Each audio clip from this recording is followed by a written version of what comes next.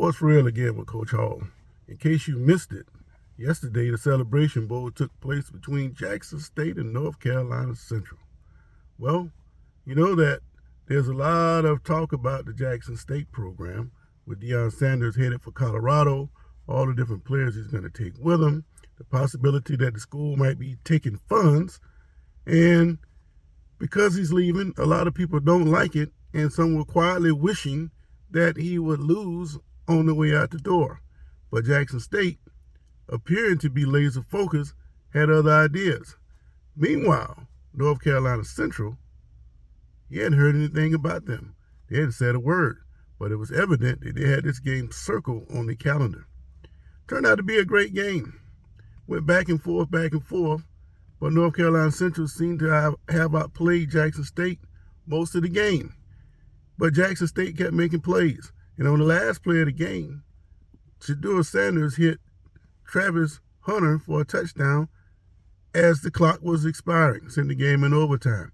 Well, Central, they drive right down, and they score a touchdown, and all Jackson had to do was go down and tie the game up. When they moved the ball in position, and it came down to 3rd and goal, to run a little pass to the tight end, wide open. Hit him in his hands, he drops the ball. So that sets the stage again for another 4th down. This time, no magic for Jackson State as the ball went out of bounds and North Carolina Central had completed the upset. Now, there's a lot that's going to occur from this particular situation. Well, you know that Jackson State, they're the favorite, and I talked all the time about them possibly going to the playoffs, which were deserving.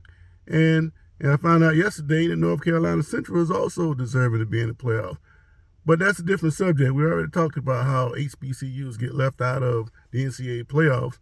But the fallout from this loss, again, a lot of people are very, very happy that Sanders is losing on his way out the door because they felt like he stuck Jackson State in the back. Well, you can't fault a guy for taking advantage of an opportunity, especially when the pay is going to go up significantly like it is in his case. I'm not saying that, everything is based on money, but again, I don't think he's doing all this coaching stuff necessarily for himself.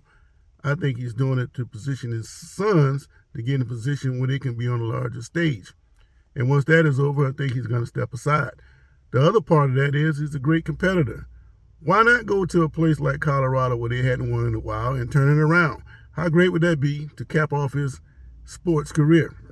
But going back to that 3rd down play. I was at FAMU back in the 90s with the team I was on. The quarterback happened to be an Hispanic guy named Ray Domingo. Because it was the HBCU, a lot of black folks felt like that they shouldn't have no quarterback other than a black quarterback at a black school. Why? Because at that time, the average black quarterback couldn't get a break at a white institution. So they felt really wrong when a white guy came to their institution and became a quarterback. It wasn't just taking place at FAMU. Southern University had a white guy that was playing quarterback, and every time something went wrong, they gave it to him. Well, yesterday, the guy that dropped the pass just happened to be a white boy.